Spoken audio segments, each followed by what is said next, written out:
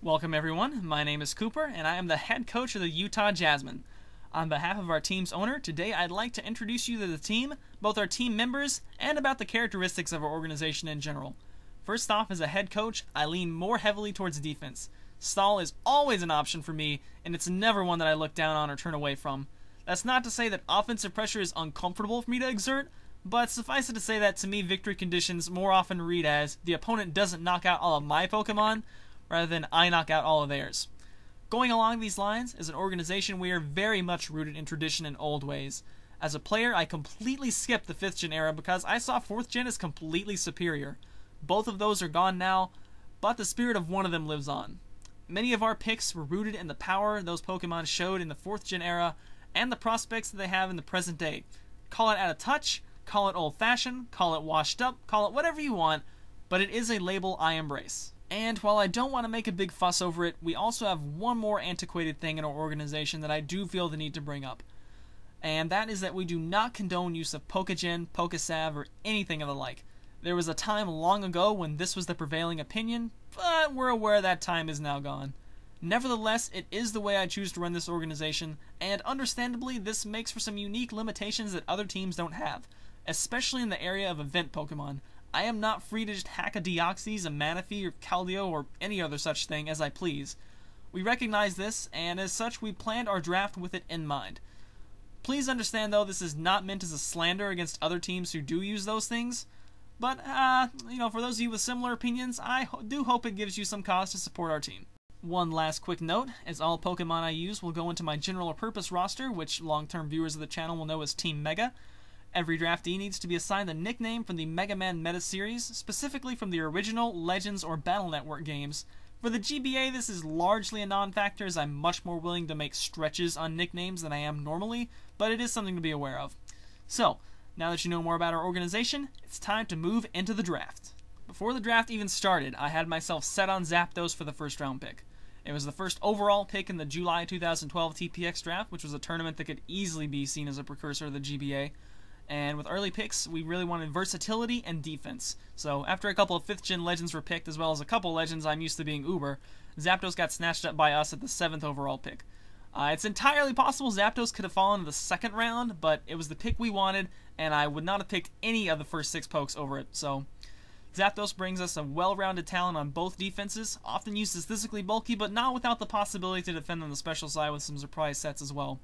Substitute, it's no longer as impervious as it was in the past, but Subroost can still PP stall and just be quite vexing to face. Not limited to just being a wall, base 125 special attack is nothing to take lightly, and Zapdos can go full offense with choice items, Life Orb and Roost, and even use Volt Switch for keeping up some offensive tempo. And to mitigate its Stealth Rock weakness, it also carries a built-in option to run Defog, although using a move slot for utility on Zapdos, a little bit questionable, so it's probably going to be rarely used. Overall, there's no other Pokemon I would have wanted, and I'm thrilled to have this mighty beast for 3 seasons. The rest of Round 1 carried a few surprises, especially the Round 1 mascot pick from the Cleveland Escavaliers. For this round, going into Round 2, Celebi was a strong consideration.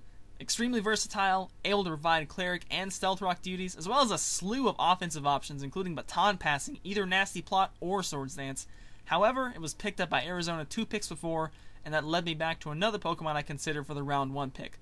The theme of Round 2 ended up to be bulky waters, and coincidentally enough, Suicune was my selection. It's among the bulkiest of bulky waters, with the lack of recover its real only flaw.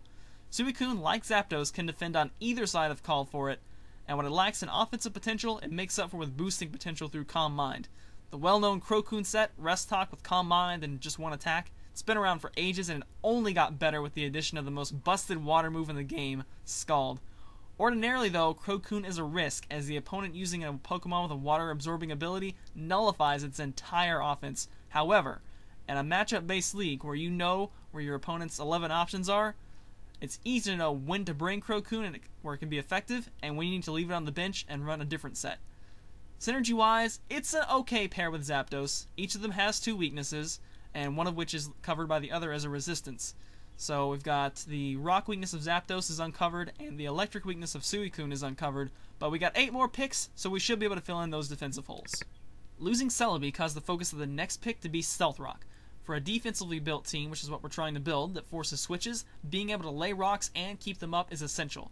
Therefore, a suicide lead or anything of the sort was right out. Noticing that despite the capacity to go specially defensive, both of our top 2 picks were more inclined to run physical bulk. So we wanted to go out and get a dedicated special wall, and while her big sister's in the Windy City, Chansey was still available. Now, I will be the first to admit, I would have preferred Blissey hands down. Eviolite makes Chansey's bulk absurd, but the ever-present knockoff renders her vulnerable, and the lack of offensive options from her much lower special attack is a huge downer. However, Chansey is still adequate for doing the job she was drafted for, which is taking those special hits and being misutility, maybe throwing a seismic toss out there when needed. As aforementioned, Stealth Rock was a big factor behind this pick, and Chansey is very good at not dying if used correctly, so always being there to reset Stealth Rock was something we liked a lot. Additionally, she brings cleric potential in the form of aromatherapy, as well as status spreading and other tricks like counter. Astute people will also notice a little something about these first 3 picks.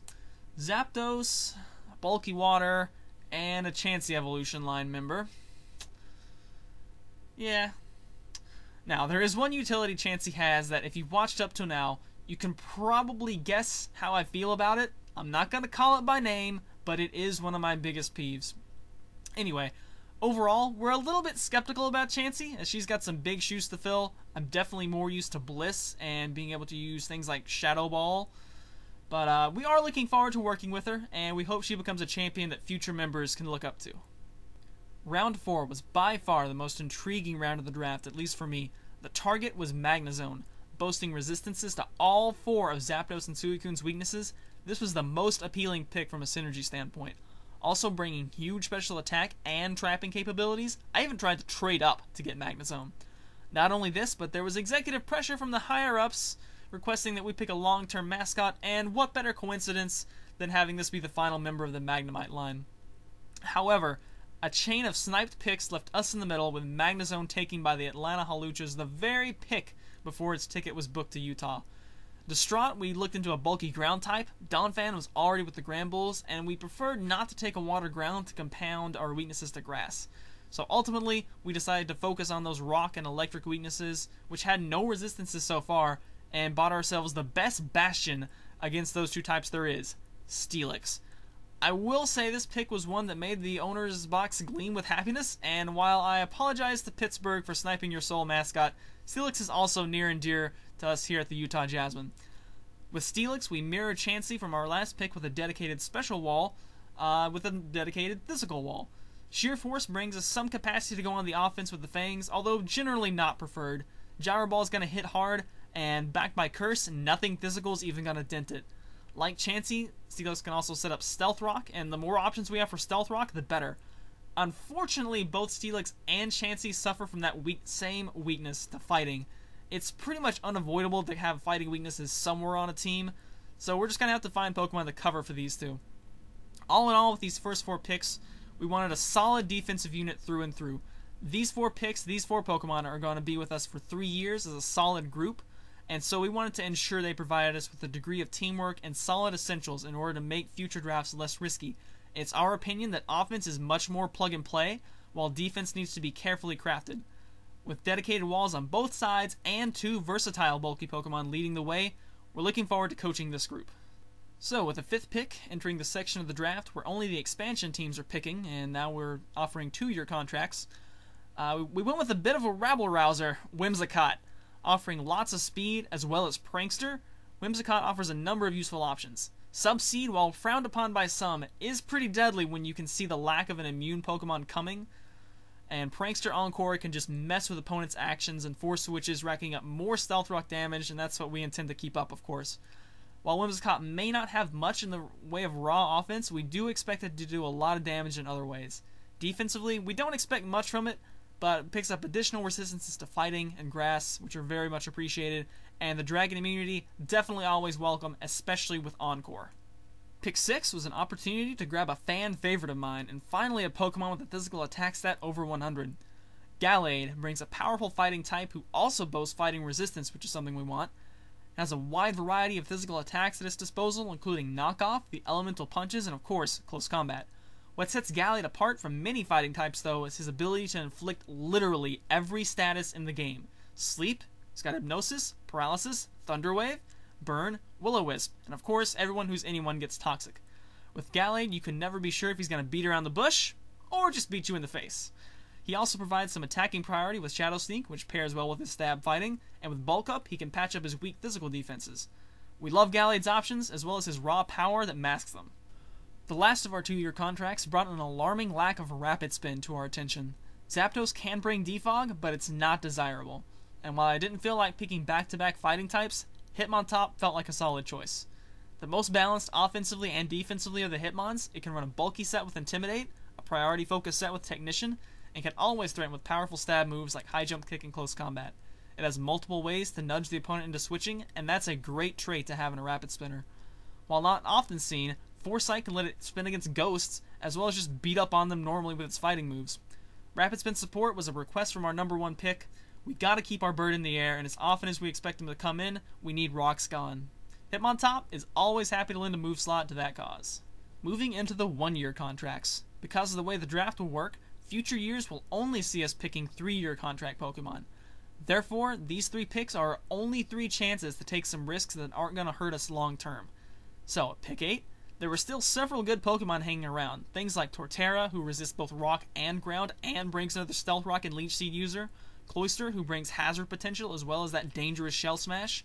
Metagross, who despite suffering a massive typing downgrade is still powerful, and its agility set has always been a favorite of mine. I wanted one of these 3, but I couldn't decide which one. So therefore, I moved the Pokemon I was eyeing with the round 9 pick up a round and decided to pick among those 3 later. And that pick was Gothitelle. Gothitelle provides something no one else does, which is the potential to trap and kill anything except, I guess, ghosts. Dugtrio was also originally considered for this, but after examining their relative attack stats, I decided I would rather use a Scarfed Gothitelle than a Banded Dugtrio, just with that bigger range of things it could trap. Gothitelle also brings some decent bulk, unlike Dugtrio, and some team support options like Heal Bell, although trapping and eliminating key cogs in the opponent's team is going to be her primary task. She's definitely a unique Pokemon, and a power nobody else in the league possesses. So despite going drafted and dropped last year, this year we're out to see what this astral body of hers can do. So, coming around to pick 9, all of my 3 options that I laid out for last pick were still on the board. So, having to narrow them down, Torterra was the first out. Suicune was still our only ice resistance, and I just couldn't bear having another 4x weakness to ice, despite Shell Armor and Curse and/or Amnesia being really tempting. So, between the last 2, ultimately, I just didn't like Metagross enough, and Cloyster got the nod. I'm honestly a little surprised Cloyster fell this far. Shell Smash, while I've faced it very little due to not playing 5th, is just a crazy move that can turn the game on its head against the right team. The capacity to break through Sturdy and Focus Sash too with Skill Link is just fantastic. Not only that, but Cloyster can also Shell Smash and attack on the special side, or even mix. Offensively, it's very dangerous, but it does need that turn of setup, and does have a big vulnerability to priority. However, Cloyster offers way more than just Shell Smash, and is far from being a one-trick clam. It's another Rapid Spin user, along with Hitmontop, though the weakness rather than resistance to Stealth Rock is definitely detrimental. Additionally though, Cloyster brings 2 new hazards to the team, Spikes and Toxic Spikes. Being able for us to lay all 3 hazards should make opponents pretty leery, and I'd expect everyone to have a Spinner or Defogger on the ready whenever they line up to play. With our 10th and final regular pick, I wanted it to be something lighthearted, but that didn't mean that it also had to be a total joke. So after the snipe of Magnezone by the Hawluchas in round 4, I joked that, maybe I'll just pick up Magneton. While I wasn't that serious then, round 10 was a fine time to select another team mascot. Magneton's not completely inferior to its beefier evolved form, having 10 higher base speed, and that makes it far more effective as a Scarfer. If it's defense we want, which is what we were looking at Magnezone for, getting those resistances of Zapdos and Suicune's weaknesses, Eviolite gives it that option, and the special attack drop-off isn't that detrimental. It's a secondary trapper along with Gothitelle, that's very appreciated, and if the opponent has no steals for us to trap with Magnet Pull, we can plan for that, and have Magneton use its other 2 abilities, both of which are pretty good. And between Magneton and Zapdos, we can have a Volt Switch party going on, hitting hard, while making it tough to predict whether ground moves are going to hit for 4 times damage, or not at all. Coming into the Mega Round, Megas are redrafted every year, and we were stuck with the 10th pick out of 14, not that great. After the first 5 to 7 Megas, the quality really starts to drop, so I definitely was not expecting anything much from this round. So I decided to not have my heart set on a quality Mega, but rather just one that kind of filled a need, and the need I felt was speed. Whimsicott was our fastest team member at an acceptable but not exactly blazing fast 116. Fortunately for us, though, there's 2 mediocre megas that fit that bill, and I felt like they would, at least one of them anyway, would definitely slip to the 10th slot. We almost got a surprise, however, when Mega Tyranitar slipped through 8 picks, and while it wasn't a great fit for our team with sand and whatnot, it's just that sheer bulk and imperviousness to knockoff would have made it a must-grab. Unfortunately, the Melodics had the same opinion, and they picked it up right before we did. So, it was between Mega Aerodactyl and Mega Alakazam, the 2 speedsters, and it was a pretty tough race. Mega Aerodactyl carried some respectable bulk, while Zam was way more powerful, especially with Psyshock, giving it the ability to attack especially resilient foe. And both had boosting options with Home Claws and Calm Mind, and in the end, it was a long process in which we looked at the rosters of all the other teams and gauged individually, team by team, which Mega would be more useful. We gave double consideration to teams that we played twice, and in the end, Mega Alakazam won out. Mega Arrow just does not make great use of its Tough Claws ability, while Trace is an awesome ability that can pull interesting tricks, and that's always something I am definitely a fan of. So that's very appealing to me. A team without priority or a healthy special wall can just get swept by Mega Zam after one Calm Mind, and if nothing else, it can hit things very hard and very fast, like it means it. So, that concludes our draft. Overall, it went extremely well. The only pick I had that was sniped on was Magnezone. Everything else was good enough that I wasn't really surprised it was gone before I was willing to pick it, so I don't feel any loss there. Going into the season, it's going to be really hard for any expansion team to win, and we are no exceptions here. We have an obvious lack of big-time, hard and heavy hitters, and instead we're going to have to finesse and intro way to victory much of the time. However, I like the guys we have, and here at the Utah Jasmine, we love all of our players. We put hours into developing them, and we think they'll respond to that on the field. We're going to be mentally tough, Hacks is just not going to phase us, and it's going to be a season of adaptation. I would not be surprised if I was the least experienced coach in the league in recent times, but an open mind and a lack of tunnel vision on standard sets I think will be a great asset going forward. That's it for the team. Now let's look at who we play. Alright, we're just going to run down the schedule really quick. We got 8 home games and 6 away games. I don't think that actually matters, but anyway, it's 14 games total. What does matter is conference games and non-conference games, and we have 5 non-conference games. We're in the Johto Conference, so we're playing 5 teams from the Kanto Conference, everyone from the Johto Conference, and some of them twice. So, open up week 1. We actually open with 3 non-conference games. I believe we're the only team to do that. And week 1, we're at home against the Oklahoma City Thunderous, managed by Alex, also known as Hat. Week 2, still at home against the Arizona Deoxys, managed by our TPX buddy, Like to Tubes, or as he now goes by, Gubstacular. Week 3, we go away up to Boston to take on the Red Sox, managed by longtime buddy Blah. And then week 4, it's back home against the Chicago Grand Bulls, managed by Deathstroke. Stay at home the next week against the San Jose Sharpedos, managed by Tom. And then it's off to Orlando to take on the Milotics, managed by Moody Pones. And then still away, up at Cleveland, taking on the Escavaliers, managed by Numb Nexus.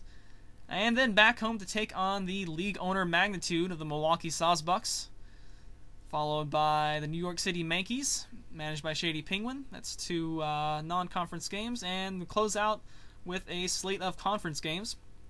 One of those being the Pittsburgh Steelix, managed by Swagalif, who I stole their mascot from, so it'll be interesting to see if there's any bad blood over that still. And then we got a string of 3 away games against the San Jose Sharpedos again, and then our last new opponent, the Los Angeles Nido Kings, the reigning league champions, managed by Crobat for the win. Then away at the Escavaliers again. We play the Escavaliers away twice. Like I said, I don't think that really matters, but anyway, playing Nexus again. And then we close out the season at home against the Grand Bulls. We do not play the Atlanta Hawluchas, which is managed by Fizzy Stardust, or the Toronto Maple Leafeons, which is managed by Kote. And most of these other teams have also made draft review videos, so be sure to check out anyone else you're interested in. Everyone's link will be in the description, as well as the WordPress, where you can find out more information about the GBA. If it floats your boat, check out the GBA on the Twitters, at GBA Pokemon. For us specifically, we're simply at Utah Jasmine. If you really want, you can also look at Kooper Koshiro, but I personally, when I'm not in head coach mode, hate the Twitters, so don't expect much from that one. Next week, though, look forward to the Week 1 matchup against the Thunderous. It's going to be a tough matchup right out of the gates, As far as the videos go, we're going to be doing something a little different from standard narration, something I think nobody will expect. It's going to be a great maiden season, and so on behalf of our fair maiden, I thank you for watching and bid you later days.